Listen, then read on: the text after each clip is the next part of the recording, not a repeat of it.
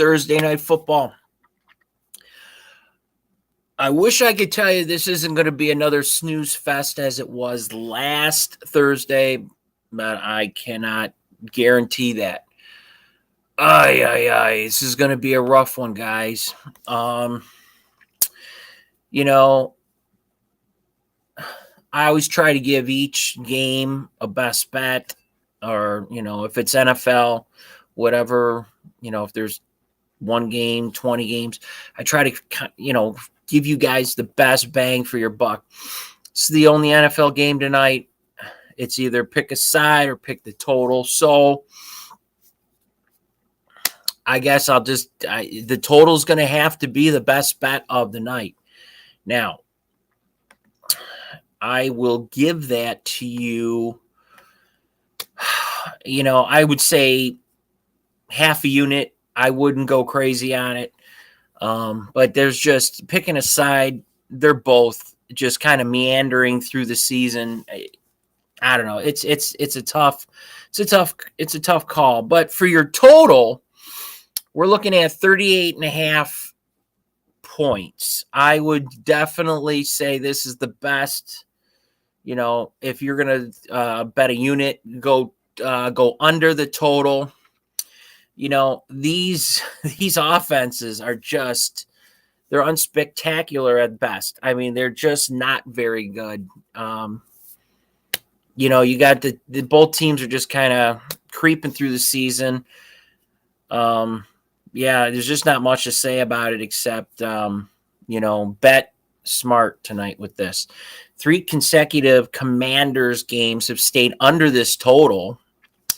3 Bear games this season has resulted in fewer than 40 points scored. I mean, that's got to tell you something. The combination of these teams on the same field at the same time will likely be as boring as advertised. It can't possibly be as bad as last week's Thursday night football clash between the Colts and Broncos. But it could be close. Now, the under is 5-2 in the Commanders' last 7 overall and 4-1 in their last 5 against the NFC.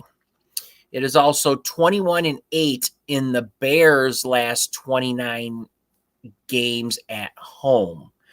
So let's play it safe. I guess enjoy if you're going to watch NFL football tonight. I would suggest going over and watching the colleges football. It's going to be a little bit more entertaining, especially the Baylor West Virginia game. And that video will also be up in a few minutes, so check that out. So let's lean towards the under here. Now, oh, brother. So if you're wanting to pick a side, which I know a lot of people want to, let's look at the injury report first. Now, Carson Wentz isn't listed on the injury report, but NFL Network reports that his deal with a bicep tendon strain and was limited in practice earlier in the week. Now, Washington will also be without tight end Logan Thomas. He's got a jacked up calf. Offensive line, Sam Cosmi, his thumb is all fucked up. Cornerback, William Jackson III, his back is messed up. And Jahan Dotson, a wide receiver, his hamstring is messed up. So that's the Washington side. Now on the Chicago side, they're in a much better, they're much better shape.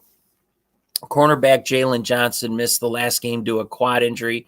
Now he's expected to play tonight, so that may have some explanation to why Kirk Cousins started out 17 for 17 for 176 yards. He just torched him. I thought it was bad here in Detroit, but no. Now, the Bears struggled offensively last season, and that just hasn't changed this year. They ranked number 31 in the NFL, averaging just 274 yards per game, sitting only ahead of Carolina. Justin Fields, their quarterback, has only completed 55.7 of his passes for 679 yards, 3 touchdowns, 4 interceptions. Now, he has been able to run for 194 yards and a score, but that has not been enough to account for his poor passing. This is just, I'm telling you, it's going to be a snooze fest, guys. There's nothing really to get excited about. I wish I could tell you different. On the other side, the Commanders, they have been mediocre offensive team also. They're not too much better. They rank number 19 in the NFL, 341 yards per game. Wentz has completed 62.9% of his passes for 1,390 yards, 10 touchdowns, 6 INTs.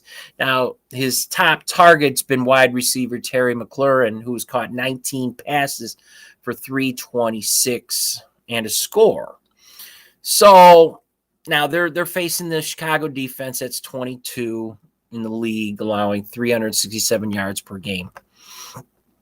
This is certainly going to be the ugliest, one of the ugliest Thursday night football games of the year so far, along with last week's. Neither of these teams have been playing a very pretty brand of football, if you want to call it that. But I do feel better about Washington heading into this game. The Commanders have a little bit more offensive firepower than Chicago, which has really struggled to move the ball with Fields at quarterback. Wentz is able to spread the ball around a little bit better.